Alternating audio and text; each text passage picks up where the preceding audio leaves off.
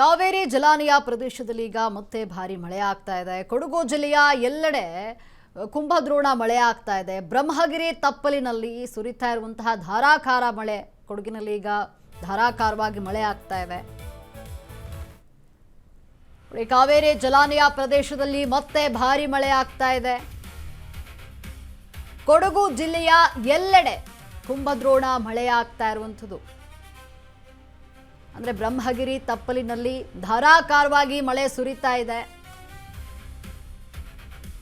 ಭಾಗಮಂಡಲದ ತ್ರಿವೇಣಿ ಸಂಗಮ ಈಗ ಮತ್ತೆ ಜಲಾವೃತಗೊಂಡಿದೆ ಭಾರಿ ಮಳೆಯಿಂದಾಗಿ. ಮೂರನೇ ಬಾರಿಗೆ ತ್ರಿವೇಣಿ ಸಂಗಮ ಮುಳುಗಿರುವಂಥದ್ದು.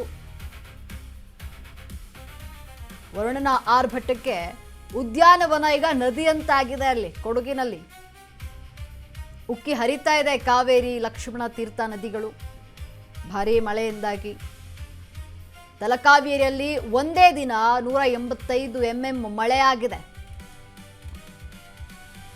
ಭಾಗಮಂಡಲದಲ್ಲಿ ಒಂದೇ ದಿನ 150 mm ಮಳೆ ಆಗಿರುವಂಥದ್ದು, ಮಿಲಿಮೀಟರ್ ಮಳೆ. ನೆಲಾಡಿಯಲ್ಲಿ ನಿನ್ನೆಯಿಂದ ಬರೋಬ್ಬರಿ 136 ಮಿಲಿಮೀಟರ್ ಮಳೆಯಾಗಿದೆ. ಮಡಿಕೇರಿ, ವಿರಾಜಪೇಟೆ, ಸೋಮವಾರಪೇಟೆಯಲ್ಲೂ ಕೂಡ ಭಾರೀ ಮಳೆಯಾಗಿದೆ. ಮೂರನೇ ಬಾರಿಗೆ ಈ ತ್ರಿವೇಣಿ ಸಂಗಮ ಮುಳುಗಡೆಯಾಗಿರುವಂಥದ್ದು. ಅಕ್ಷರಶಃ ರಣಮಳೆಗೆ ಉದ್ಯಾನವನ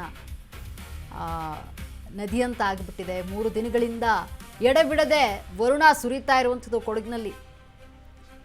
ಕಣ್ಣಾಯಿಸಿದ ಕಡೆಯೆಲ್ಲ ನೀರೋ ನೀರು, ನದಿಯಂತ ಆಗಿಬಿಟ್ಟಿದೆ. ರಸ್ತೆಗಳು, ಪಾರ್ಕ್ ಎಲ್ಲವೂ ಕೂಡ ನದಿಯಂತಾಗಿದೆ. KRS ಒಳಹರಿವು ಸಂಜೆ ವೇಳೆಗೆ ಹೆಚ್ಚಾಗುವಂತಹ ಸಾಧ್ಯತೆ ಕೂಡ ಇದೆ. ನೋಡಿ, ಕೊಡಗಿನಲ್ಲಿ ಧಾರಾಕಾರವಾಗಿ ವರುಣ ಅಬ್ಬರಿಸ್ತಾ ಇದ್ದಾನೆ. ಮಳೆಯಿಂದಾಗಿ ಎಲ್ಲೆಲ್ಲಿ ಕಣ್ಣಾಯಿಸ್ತೀವೋ ಅಲ್ಲೆಲ್ಲ ಕೂಡ ನೀರೋ ನೀರು ನೀವು ಗಮನಿಸ್ತಾ ಇರಬಹುದು.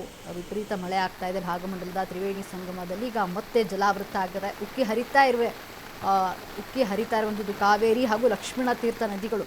ಅಕ್ಷರಶಃ ರಣಮಳೆಗೆ ಉದ್ಯಾನ ಗದ್ದೆಗಳು ಜಲಾವೃತ ಆಗಿದೆ.